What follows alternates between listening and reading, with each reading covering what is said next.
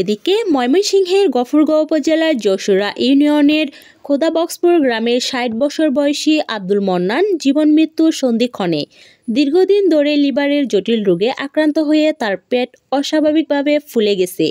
ক্রমাগত ব্যথা ও কষ্টে দিন কাটাচ্ছেন তিনি, কিন্তু প্রয়োজনীয় চিকিৎসা এবং সঠিক খাবার এখন তাদের নাগালের বাহিরে।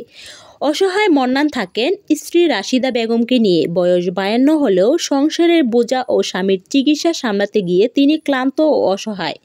তাদের ২ ছেলে থাকলেও তাদের জীবন সুখকর নয়। অর্থনৈতিকভাবে পরিবার পুরোপুরি ভরসাহীন। আব্দুল মন্নান বলেন, পেটটা প্রতিদিন ফুলে যাচ্ছে, ব্যথায় রাতে ঘুমাতে পারি না। ডাক্তার দেখাতে চাই, কিন্তু কোথায় টাকা? প্রতিদিনের খাবার জোগাড় করাই কষ্ট। চিকিৎসা কিভাবে করব বুঝতে পারছি না।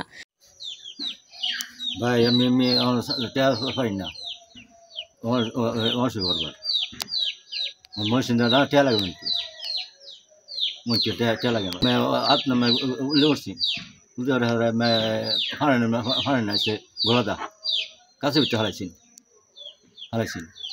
ওরা আমি কেউ বাঁচতো না আমার টেয়ার করতে লাগে আউদের ফাতো না দেবার তারা চাই মেজা খাইতেছি আমি কিছু কইতেছি কিছু টেয়া দিন আমরা উনতি টেয়া লাগে যাই আমি কেবা টেয়া লাগে উনতি এই সেবার বড় হয়ে গেছে হানি আইয়া আমার চালাই না মারে আমি চলো ভাই না আমার দেহ না মারে বুঝছেন আমি কেউ চলাম আমরা দেহ না মারে আমি করেছি ঘর করে আমি চলো ভাই না। রাশিদা বেগমও কান্নাজড়িত কণ্ঠে জানান, স্বামীর অবস্থা দেখলে মন ভেঙে যায়। 2 ছেলে আছে, কিন্তু তাদের জীবনই চলছেই না। সামান্য সাহায্য পেলে হয়তো বাঁচানো সম্ভব। দিনমজুর হিসেবে কাজ করতেন আব্দুল মন্নান। দীর্ঘ অসুস্থতার কারণে অনেক দিন হলো কাজ করতে পারছেন না। ফলে ঘরে কোনো আয়ের উৎস নেই সঞ্চয়ও। একটা অপারেশন হচ্ছে বাবা, আরেকটা অপারেশন লাগিয়া বেশি করেছে তোরা তা লইয়া হাসপাতাল যা, সরকারি হাসপাতাল যা।